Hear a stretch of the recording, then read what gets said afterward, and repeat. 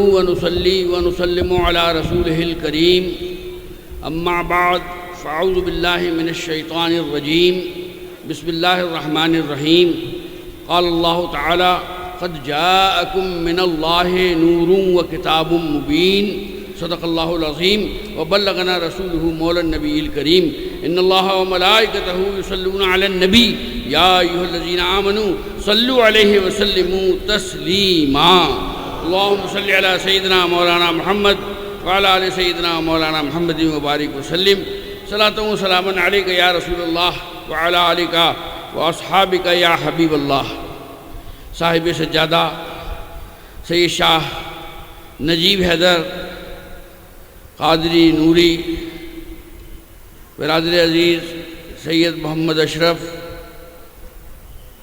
خاندان کے بچوں، ممبر نور پر جلوہ افروز علماء کرام، مفتیان ذوی الاحترام، شعرائے اسلام، میرے بزرگ بھائیوں، عزیز ساتھیوں، نوجوان دوستوں اور پیارے بچوں، اللہ تعالیٰ کے فضل و کرم سے آج 115ویں عرس نوری کی محفل قل ہے، یعنی جو پچھلے 2 دنوں میں ہوا اس سب کا نچوڑ آج سامنے آئے گا، اور آج میں آپ کے صاحب سجادہ کی طرف سے وکیل بن کر بارگاہ رب العزت میں آپ سب کے لیے وہ طلب کروں گا جس کے لیے آپ نے کہا ہے، اور آپ کی امید سے زیادہ انشاءاللہ طلب کروں گا۔ سرکار نور کا عرس ہو اور اس میں نور کا ذکر نہ ہو، عجیب سا لگتا ہے۔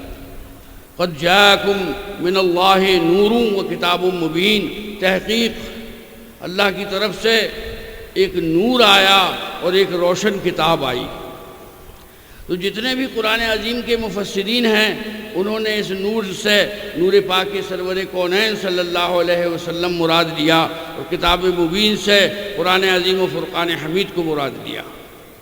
اب آپ دیکھیں، نور چونکہ پہلے آئے تو نور کا ذکر پہلے آیا، اور کتاب بعد میں آئی، لہذا کتاب کا ذکر بعد میں آیا۔ اچھا، کتاب بھی روشن ہے تو پھر نور کی کیا ضرورت تھی؟ روشن کتاب ہے تو وہ تو ویسے ہی پڑھ لی جاتی، لیکن پڑھنا الگ بات ہے اور اس کو سمجھنا الگ بات ہے۔ تو پہلے وہ تشریف لائے جن کے لیے قرآن عظیم مفصل ہے، ہمارے آپ کے سب کے لیے قرآن عظیم مجمل ہے، مطلب ہم میں سے کوئی بڑے سے بڑا عالم و مفتی و شیخ الحدیث و شیخ التفسیر و شیخ الادب یہ نہیں بتا سکتا کہ کاف ہا یا عین صاد کے کیا معنی ہیں، ہا میم کے کیا معنی ہے، الف لام میم کے کیا معنی ہیں، الف لام را کے کیا معنی ہیں، کوئی نہیں بتا سکتا۔ تو یہ اللہ کے بتائے سے اس کا رسول جانتا ہے کہ یہ کیا معنی ہیں اور کیا مفاہیم ہیں۔ تو میرے عزیزو، ان بدبختوں نے ایسی انٹرنیشنل سازش کی کہ حدیث پاک کی مشہور کتاب جیسے بخاری شریف ہے، مسلم شریف ہے، ابو داؤد ہے، نسائی ہے، ابن ماجہ ہے، ایسے ہی ایک کتاب ہے مصنف عبد الرزاق جو بخاری شریف سے پہلے ترتیب دی گئی، اس میں وہ مشہور حدیث نور ہے جس میں اللہ کے رسول صلی اللہ علیہ وسلم نے اپنے پیارے صحابی حضرت جابر سے فرمایا، یا جابر اول ما خلق اللہ نوری، اے جابر سب سے پہلے اللہ نے اپنے نور سے میرے نور کو پیدا کیا، تب نہ تھا، نہ کب تھا، نہ جب تھا، نہ یہاں تھا، نہ وہاں تھا، بس وہ تھا اور وہ تھی، نہ کہہ کہ وہ بھی نہ تھے، ارے تھے۔ تو جناب عالی اللہ کے رسول صلی اللہ علیہ وسلم کے نور کو پیدا کیا گیا، اور ان کے صدقے میں سارے عالمین پیدا کیے گئے، وہ جتنے بھی عالم ہوں اللہ جانے اور اللہ کے بتائے سے اس کا رسول جانے، سب اس لیے پیدا کیے گئے کہ محبوب اعظم کا پیدا کرنا مقصود تھا۔ میرے عزیزو، سرکار اس وقت بھی تھے جب حضرت آدم علیہ السلام گارے کی شکل میں تھے، مٹی اور پانی کی شکل میں تھے، ان کا پتلا بنایا جا رہا تھا۔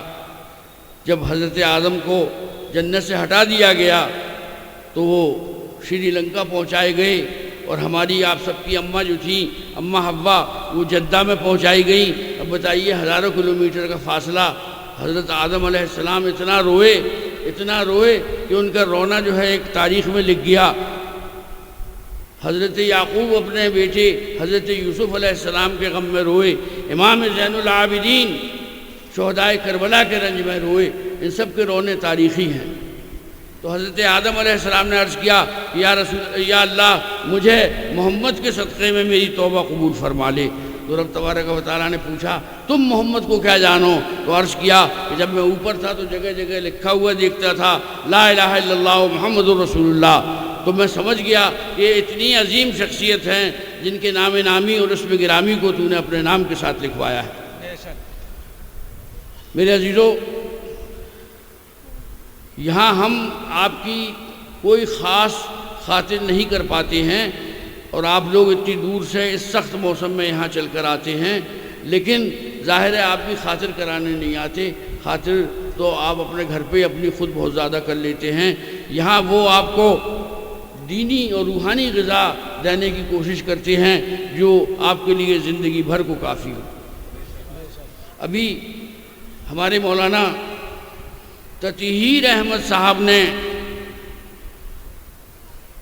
گاگر میں ساگر کو بند کر دیا، کوزے میں سمندر کو سما دیا۔ اب وقت اصل میں اتنا نہیں ہے، نہیں تو میں ان باتوں کی کچھ تشریح کرتا۔ آج کل اہل سنت والجماعت کے حالات بہت خراب ہیں، اور یہاں سے لے کے کیرالہ تک حالات بہت خراب ہیں۔ جو طاقت دشمنان رسول سے لڑنے میں اور ان کو صحیح کرنے میں صرف کی جاتی، وہ اپنے ہی اپنے آپس میں ایک دوسرے سے لڑے مر رہے ہیں، اور وہ ان کو کہہ رہے ہیں، وہ ان کو کہہ رہے ہیں، وہ ان کو صلح کلی کہہ رہے ہیں، وہ ان کو بد مذہب کہہ رہے ہیں، وہ ان کو کافر کہہ رہے ہیں۔ عجیب معاملہ ہے۔ تو میرے عزیزو، اس دین پاک پر قائم رہیے جو سرور کونین صلی اللہ علیہ وسلم لے کر اس دنیا میں تشریف لائے، اور اس کے بعد اب کوئی نیا دین نہیں آئے گا۔ اس لیے مضبوطی سے اس دین پر قائم رہیے، اور اللہ کے رسول صلی اللہ علیہ وسلم کو اس طرح سے مانیے جیسا کہ رب تبارک و تعالیٰ کی منشا ہے۔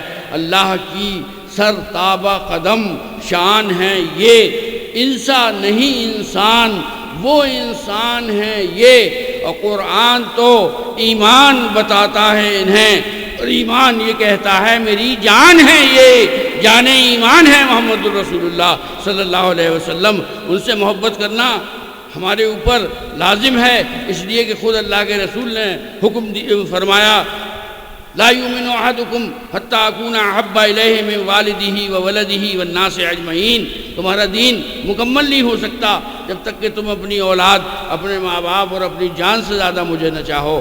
اور یہ بات انہوں نے کسی گاؤں کے صحابی سے نہیں کہی، سیدنا عمر فاروق رضی اللہ تعالیٰ عنہ سے فرمایا۔ بخاری اور مسلم دونوں میں یہ حدیث موجود ہے۔ تو حضرت عمر فاروق نے عرض کیا یا رسول اللہ، اب تک میں آپ کو اپنے مال جائیداد، اولاد، اپنے ماں باپ سب سے زیادہ آپ سے محبت کرتا تھا، لیکن اپنی جان سے زیادہ میں نہیں آپ کو چاہتا تھا۔ آج میں اعلان کرتا ہوں کہ میں آپ کو اپنی جان سے زیادہ چاہتا ہوں۔ تو اللہ کے رسول نے فرمایا اے عمر، تمہارا دین اب مکمل ہوا۔ اپنے دین کو مکمل کرنے کے لیے سیدنا عمر فاروق کو کہنا پڑتا ہے کہ میں آپ کو اپنی جان سے زیادہ چاہتا ہوں۔ اور میں ممبر رسول پر بیٹھ کر عرض کر رہا ہوں کہ جتنا مسلمان اپنے رسول کو چاہتا ہے، دنیا کی کوئی قوم اور کوئی مذہب اپنے مذہبی پیشوا کو اتنا نہیں چاہتی جتنا ایک کہ مسلمان چاہتا ہے۔ حق ہے، بے شک۔ وہ زندگی اچھی چیز ہے کہ موت اچھی چیز ہے؟ زندگی کچھ بھی ہو رنگین ہوا کرتی ہے، زندگی کچھ بھی ہو رنگین ہوا کرتی ہے، موت ہر حال میں سنگین ہوا کرتی ہے۔ واہ واہ۔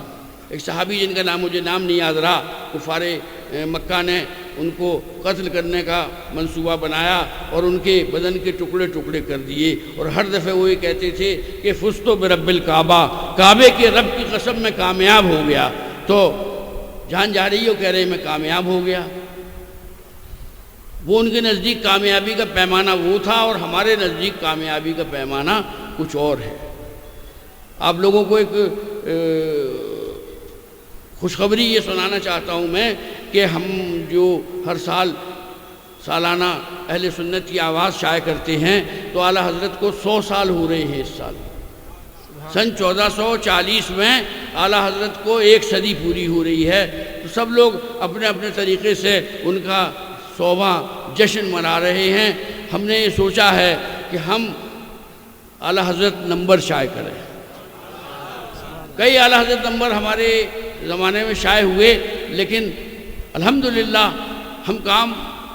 ہم بھائی جو کام کرتے ہیں وہ دوسروں سے ذرا الگ ہٹ کے کرتے ہیں۔ تو انشاءاللہ اکتوبر میں عرس قاسمی میں آپ حضرات کے ہاتھوں میں وہ نمبر ہوگا، اعلیٰ حضرت نمبر، اور ہم اپنی جماعت کے بڑے اہم علماء سے اس میں مضامین کے لیے عرض کر چکے ہیں، اور انشاءاللہ بار بار انہیں یاد دہانی کراتے رہیں گے۔ اب آپ لوگ اتنی دور سے چل کے آئے، میں صاحب سجادہ کی طرف سے آپ سب کا بہت شکر گزار ہوں۔ میں ضلع ایٹی کے ڈی ایم صاحب کا، ایس ایس پی صاحب کا، ماہریرہ سرکل کے سی او صاحب کا، تھانہ ماہریرے کے تمام افسران کا، نگر پالیکا ماہریرے کے تمام لوگوں کا، پوسٹ آفس والوں کا، اور ایک کو ہم لوگ بھول جاتے ہیں اکثر، ریلوے ماسٹر صاحب، ریلوے اسٹیشن پہ جو گاڑیوں کے چلانے کا حساب کتاب دیکھتے ہیں، ان سب کا، اور اپنے قصبے کے تمام اہل وطن بھائیوں کا اور اپنے تمام مسلمان بھائیوں کا دل کی گہرائیوں سے شکریہ ادا کرتا ہوں کہ انہوں نے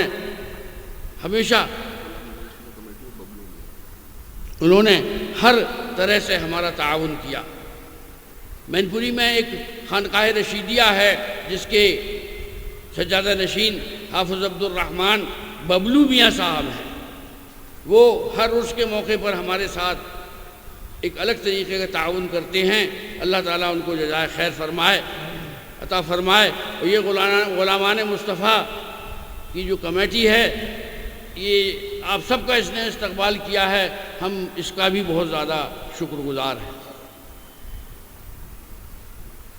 آپ آئیے، بار بار آئیے، اور یہاں سے روحانی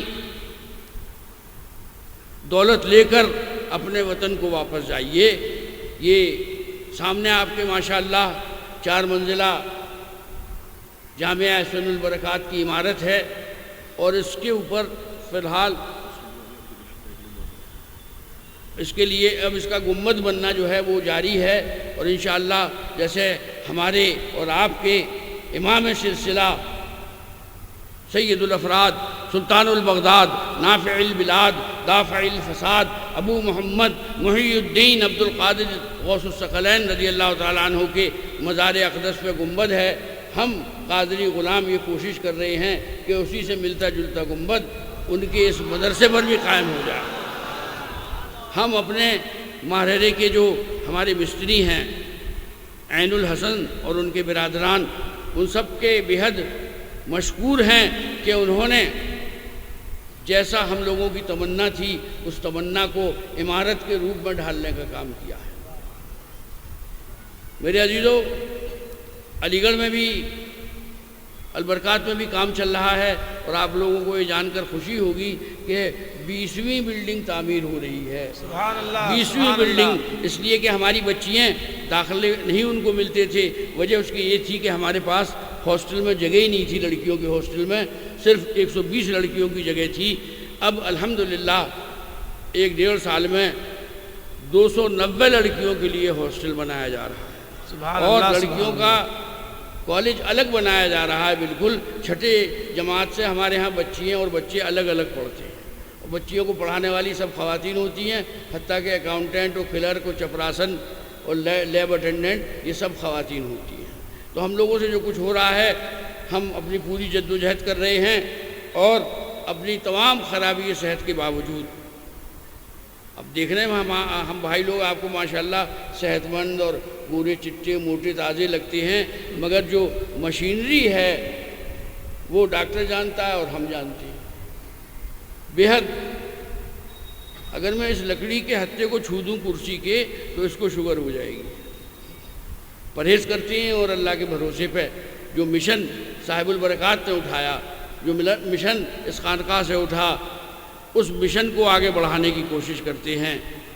تم نے جو شمع بجھائی، تم نے جو شمع جلائی وہ نہ بجھنے پائے، اب تو لے دے کے یہی کام ہمارا ٹھہرا، اب تو یہی لے دے کے یہی کام ہمارا ٹھہرا۔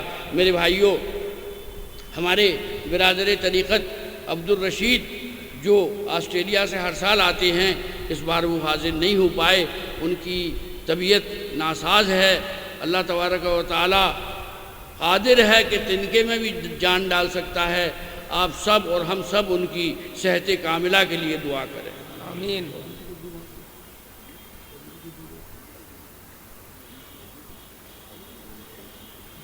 ہمارے کانپور کے برادر طریقت مشتاق احمد برکاتی بھی علیل ہیں، ان کے لیے بھی ہم آپ سب دعا کریں۔ اتنے مجمع میں کوئی تو اللہ والا ہوگا جس کی آمین و فرشتوں کی آمین ایک ساتھ ہو جائے گی۔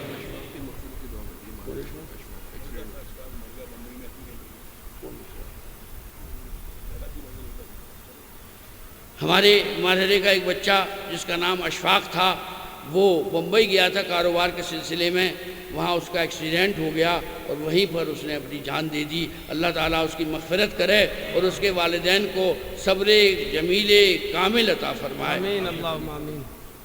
ہاں، ایک بہت بات یاد آئی، آپ نے دیکھا ہوگا، لیکن نہایت حسین و جمیل، گورے چٹے سفید داڑھی اور آنکھیں ایسی چمکدار جیسے اس میں موتی کوٹ کے بھر دیے گئے ہوں، اور ہرے رنگ کا عمامہ شریف باندھ کر اس منبر نور کے تھملے سے چپٹے بیٹھا رہتے تھے۔ وہ تھے جودھ پور کے اسحاق محمد صاحب انجینئر، ان کا بھی پچھلے دنوں وصال ہو گیا۔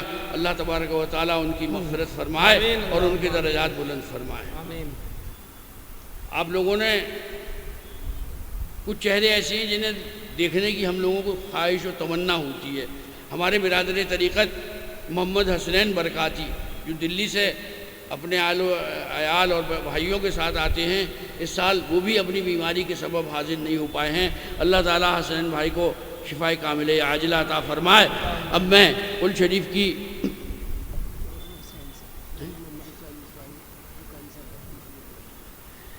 کہاں پڑھاتی سنگاؤں فتح پور میں ہمارے مولانا محمد اسرائیل مصباحی صاحب کو کینسر کی بیماری لاحق ہو گئی ہے۔ دعا کریے کہ اللہ تعالیٰ اس بیماری سے ان کا پیچھا چھٹائے۔ آمین۔ اعوذ باللہ من الشیطان الرجیم، بسم اللہ الرحمن الرحیم۔ قل یا ایھا الکافرون لا اعبد ما تعبدون ولا انتم عابدون